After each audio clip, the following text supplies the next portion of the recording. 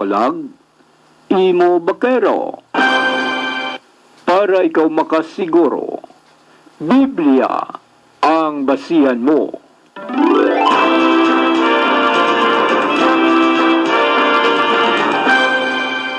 Diri sa Kape Kagpandisol. Kape Kagpandisol. Upod sa kay Pastor Ruvel Marañon. Kape Kagpandisol.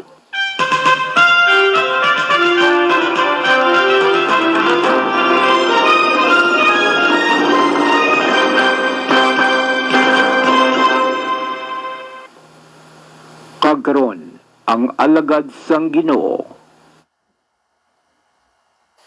Good morning, good morning, good morning. Samtang nagapangapi ka mo, kag nagakaon sang pandesal sa sining kaagahon, upod nyo naman si Pastor Robel Marañon, magpanga-faith kag magkaon pandesal. Kay ini nga programa, ginatiguluhan ka faith kag pandesal. So, parang aton nga faith mag-increase, kag aton nga soul makakaon sang pulong sang Ginoo. Buksan ta naman ang aton Biblia sa libro ni Juan 10:11. Kaya nga aton topiko subong ika-4 nga I am the good shepherd. Ginbutang diri sa John 10:11 Ilonggo nga version. Ako amo ang maayo nga manugbantay sang karnero. Ang maayo nga manugbantay handa sa paghatag sa iya kabuhi para sa mga karnero. Tiuni utod ika-4 ni sang 7 I am declaration of Jesus nga ginrecord sa Gospel ni John. Kagini nga I am nga proclamation nagapoint out ni sa sang unique divine identity kag purpose. Kay immediately after nga gindeclare Jesus Christ that He is the door sa John chapter 10 verse 7 nga gindiscuss naman sang nagligad, gindeclare naman Jesus Christ nga I am the good shepherd. So ginadescribe ning yakoglingon as not only the shepherd but the good shepherd. So anong butsing anon sini? No? Kinahanglan i-understood naton that Jesus is the good shepherd, not simply a good shepherd. Kinambalik kita, the good shepherd. Kay ini nagapakita na sang iya nga unique nga character. Kaya ang Greek word bala mga utod nga kalos gin-translate gina nga good, gina-describe na nga noble, wholesome, and beautiful. Naya lain sa contrast sa wicked, mean, foul, and unlovely. It signifies not only that which is good inwardly, may mayo sa pamatasan sa sulod, but also that which is attractive outwardly.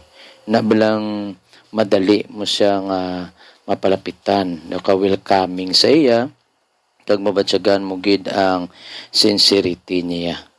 It is what you called innate goodness. Therefore, ining praise nga the good shepherd, nag-refer na sang inherent goodness, his righteousness, and his beauty. As shepherd of the sheep, he is the one who protects, guides, and nurtures his flock. As he did in declaring that he is the door of the sheep sa John chapter 10 verse 7, Jesus is making a contrast between himself and the religious leaders, the Pharisees. Ginakumparar niya nga ining mga Pharisee, mga leaders, mga religious leaders, mga hireling ni sila or hired hand. Nga wala gid tutod nga nagka-care about sa sheep. In John chapter 10 verse 9, Jesus speaks of thieves and robbers who sought to enter the sheepfold stealthily. In that passage, the Jewish leaders or the Pharisees were contrasted with Christ who is the door. Sa John 10:12, the hireling is contrasted with the true or faithful shepherd who willingly give up his life for the sheep. Amo na si Jesus Christ. No? Sila mga religious leaders, classified as hireling. Nagaobra lang para sa ila sweldo. They work for wages. Amo lang ilay nga main nga consideration. His concern is not for the sheep, but for himself. Interestingly enough, the shepherds of ancient times were not usually the owners of the flock. Nevertheless, they were expected to exercise the same care and concern the owners would. This was characteristics of a true shepherd. Maski hindi na ilang tupa o kon karnero, ang ilang pagpalangga o concern pareho sang tag-iya. However, some of the hirelings thought only of themselves. May hara manggid nga shepherd nga sa ilaya those will do lang ang ilang gina-concern, hindi gidyang grabe gidyang concern nila sa sheep. Amo na nga result, kung may wolf nga mag-appeared, the most common threat to sheep in that day, the hireling abandoned the flock and fled, leaving the sheep to be scattered or killed. Mo naging butang sa John chapter 10 verse 12 to 13. So una gid, we need to understand the purpose of a shepherd during the ancient times of Jesus. Kay it is helpful to realize that sheep are utterly defenseless. Ginamba ko man nagligad ang mga karnero ya kasyado gini sila ya ka vulnerable, defenseless, kag totally dependent lang na sa ilang shepherd. Sheep are always subject to danger and must always be under the watchful eye of the shepherd. Inanlan hindi ginaya pag bulagan sa pagpanulok kay matalang na sa kung ano na ang mahimo yada, no? Ina nga sheep kay nga man kung paras na magtabok sila sa tubig, kinanan giyan ina siya kay magwa na saya sa linyada kag basi malumos siya. Kag sa mga heavy rainfalls, madala sila, sweep them away. Ang mga kawatan, still sila. Ang wolf, atakon sila. Amo na nga si David, sa 1 Samuel 17 verse 36, ginambal ni Gidra nga how he killed a lion and a bear while defending his father's flock as a shepherd boy. No? Ang flock sang iyang amay, siyang nagabantay bilang shepherd. Ginkuha niya na, ginraise niya iyang life to kill a lion and the bear.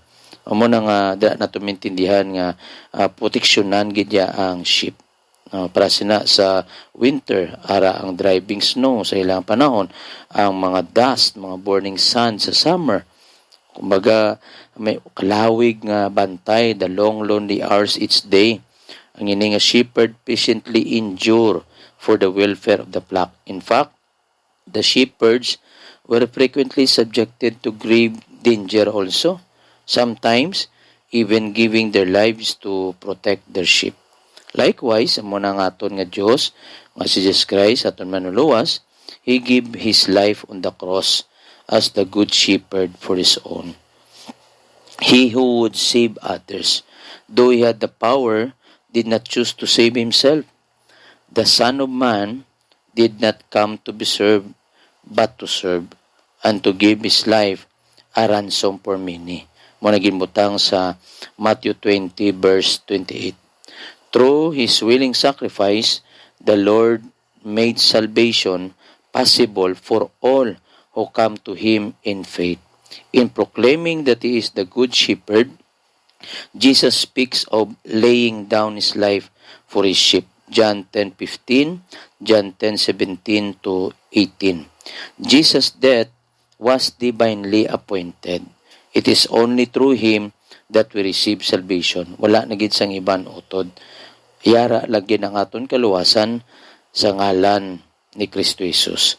Lingidra, I am the good shepherd, and I know my sheep, and am known by my own. John chapter 10 verse 14. Kilala niya gid ang sino iyang mga sheep. Kag ina nga sheep, ginakilala man siya.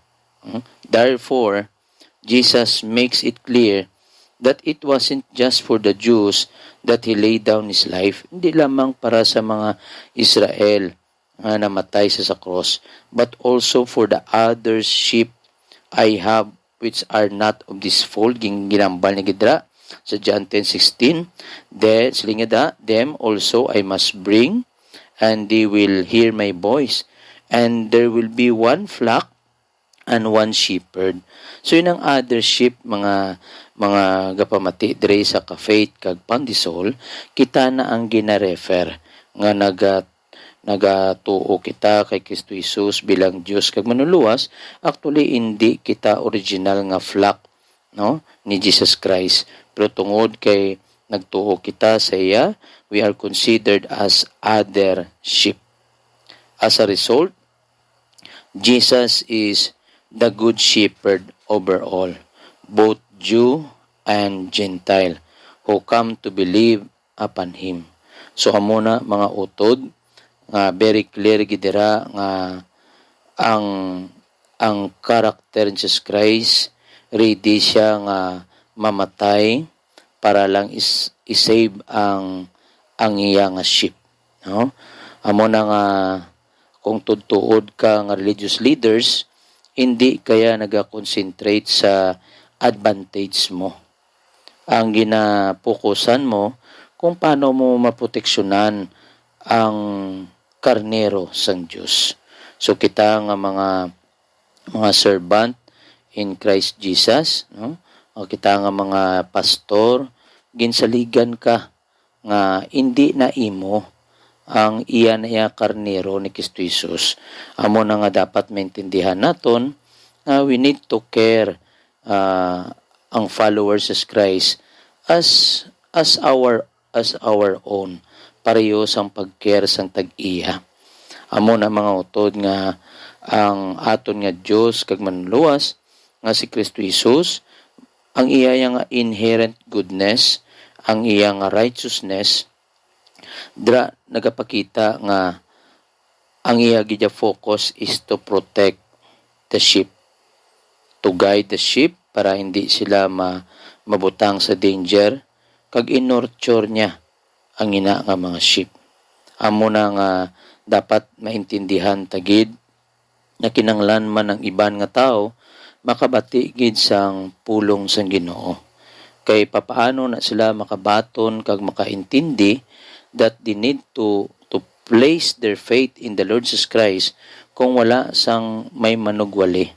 Kinanglan makabati gid sila sang kamaturan, and they will receive Jesus Christ as the Lord and personal Savior, and they will be considered as the other sheep, because our Lord Jesus Christ is the good shepherd. Ang naginambalya, I am the good shepherd. Kapay nga sa sini nga ang aton nga topiko, naintindihan ta nga kilala man ta sang shepherd naton, kag ginakilala taman kag nagina-recognize ta ang iya nga tingog.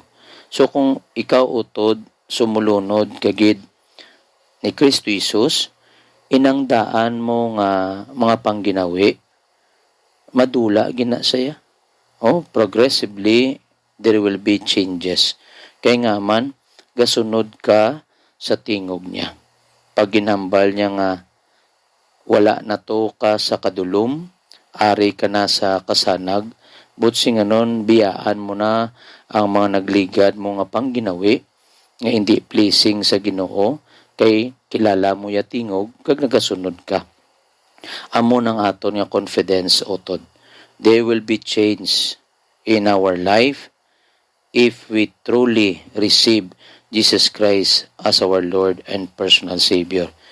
He is not only a shepherd, but He is the shepherd.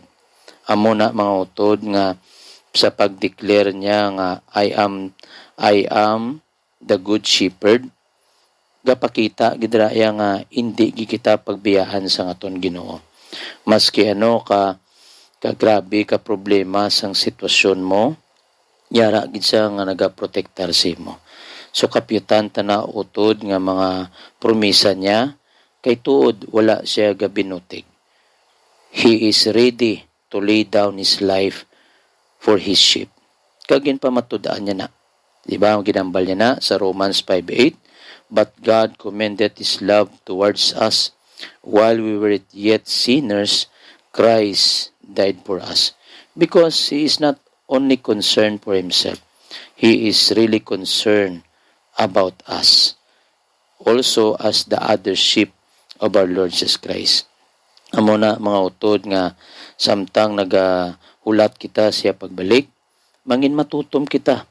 Iwalit ang mayong balita sa iban nga tao so that they will receive also Jesus Christ as their Lord and personal Savior. Kabay pa mga utod nga madamo ang masira naton sa gospel. Kay para mangin other sheep. So diri na lang ang ka-faith kag pandisol. May the Lord a blessing upon hearing of this word. God bless.